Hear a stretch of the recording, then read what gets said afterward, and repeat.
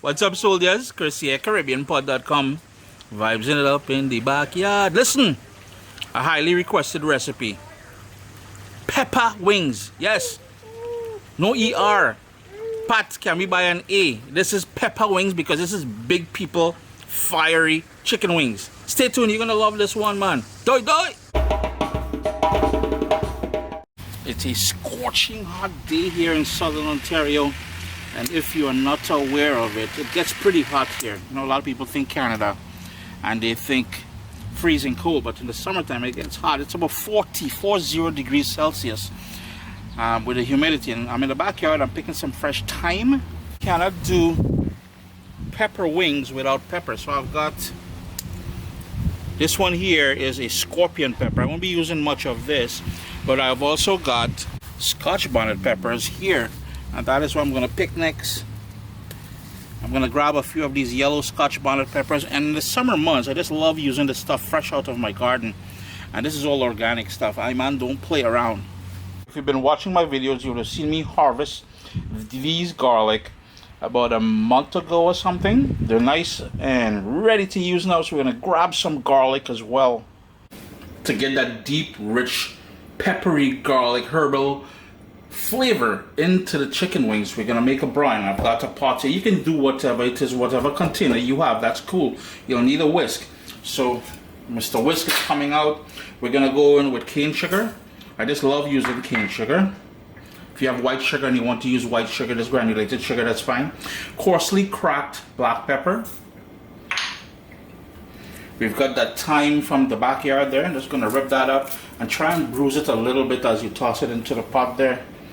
We'll need a large amount, almost equal parts salt to sugar ratio, and that is sea salt that I have here. For the pepper element, we just pick the Scotch bonnet pepper from the backyard, and I'm going to go with 2 of them.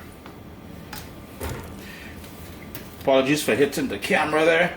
And I can't find onion, just regular onion in my fridge. For some reason I'm out of it, so I've got a large shallot here, but if you have just plain old onion, that will work as well. We're going to toss that into the mix, and the garlic from the backyard, smash into there, smash, smash, just smash it and toss it into the pot to pull it all together. By the way, I do apologize for the dirty kitchen. I made some steamed dumplings there earlier. To pull it all together, you need to give that a good mix. Then we're going to hit it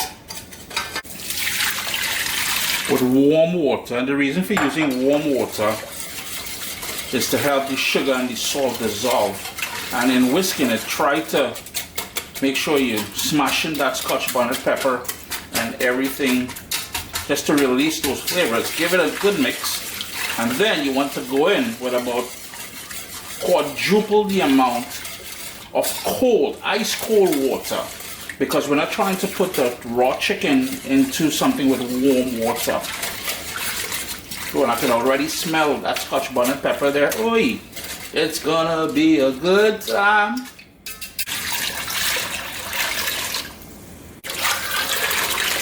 In total, that was 3 liters of water.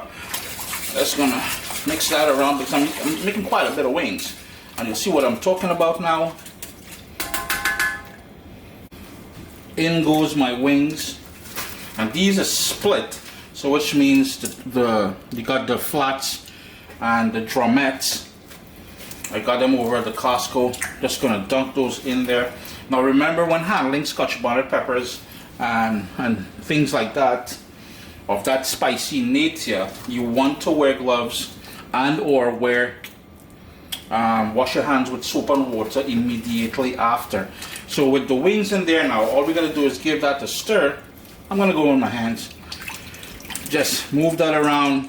That chicken, the salt's gonna pull the moisture out, and in pulling the moisture out, the other flavors will be able to go deep within the chicken. To ensure we have safe handling procedures for this brine, I'm going to go in with some ice now, and that's going to help drop the temperature further. We just want to make sure we're handling this safe. It is summertime, it is hot, it is about 40 degrees Celsius, I may have said that in the backyard. Now you want to put this into your fridge, put the lid on there, cling wrap, whatever it is, and let that sit in there for 2 hours. Only 2 hours. We don't need anything more than 2 hours, because then what's going to happen, the chicken is going to go salty on you at that point. We don't want that.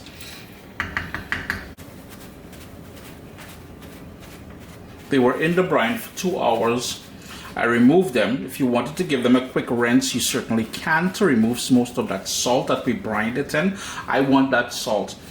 I have it on a wire rack for the past half an hour to 45 minutes. If you put it in the fridge, it will want to air dry and take out most of that moisture. And that's what I'm doing with the paper towel here. We've got one more step before we start frying these. And what I like doing here, that's what the final step is, to hit it with cornstarch. That cornstarch is going to do a couple things. It's going to allow us to get a sort of a crispy exterior.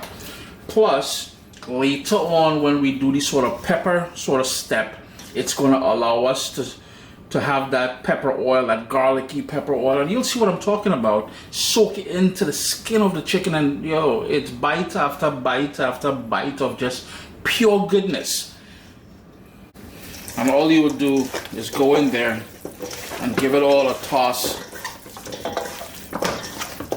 just to sort of coat each piece. And it's going to be somewhat wet, but that's cool.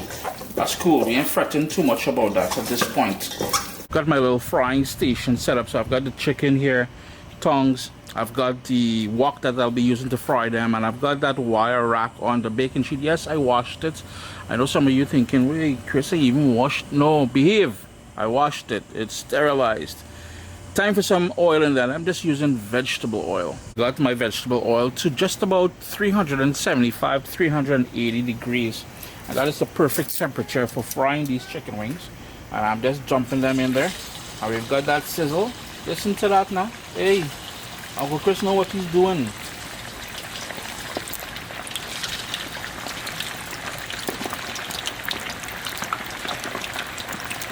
All I'm doing is every so often I'm just giving them a little stir in the pot here as they fry off. It will take a few minutes because we want these fully cooked all the way through. Though we'll be adding them back into in a pot later on, but for now we want these fully cooked. And you want to maintain that 375 sort of temperature on the oil as well too. It's been about 17 minutes and I'm taking them off now. They're fully cooked all the way through.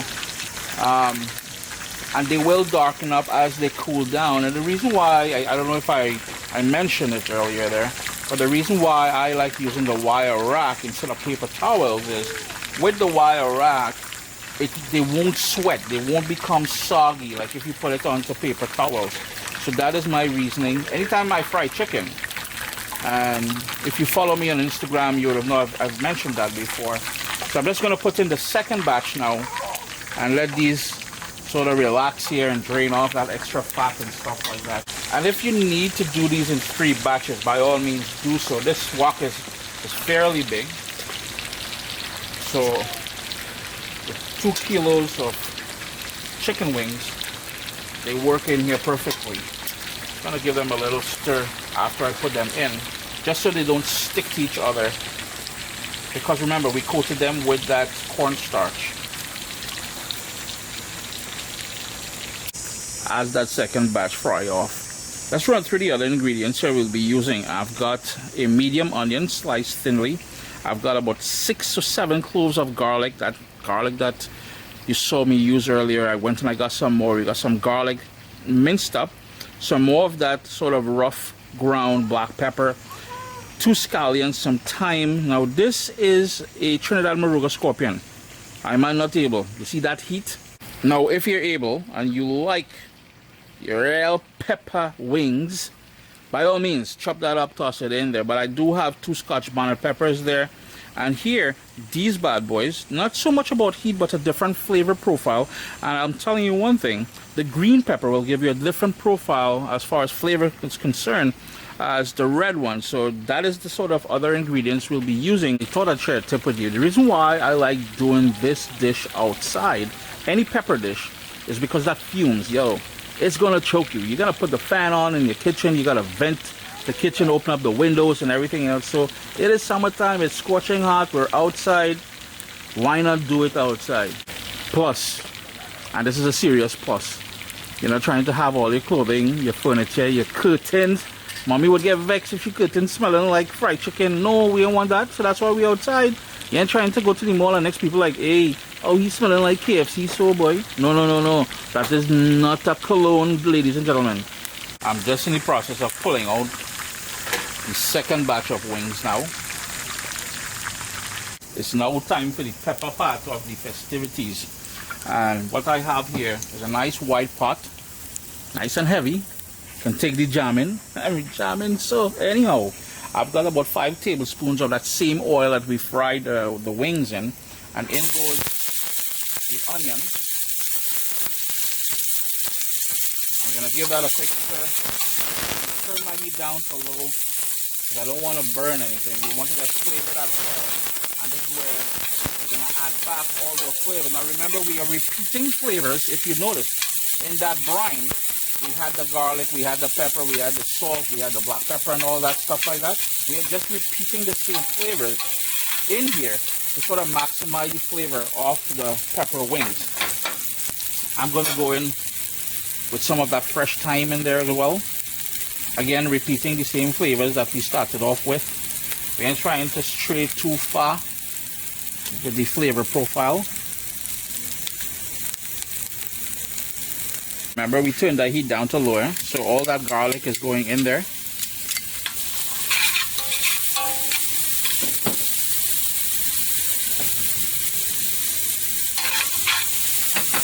The scallion and the Scotch bonnet pepper. Everybody making an appearance in the dance now, because at the end of the day we're hungry and we're trying to get that pepper wings on. The other thing I like doing is I'm just going to give this a little crack. Pop that in there. Crack. Pop that in there. I'll mix that up because we want everything to soften up. We want those flavors to start flavoring that oil. And then the last 2 things we'll do, we'll toss the wings back in here, giving you that vibrancy, that pepper.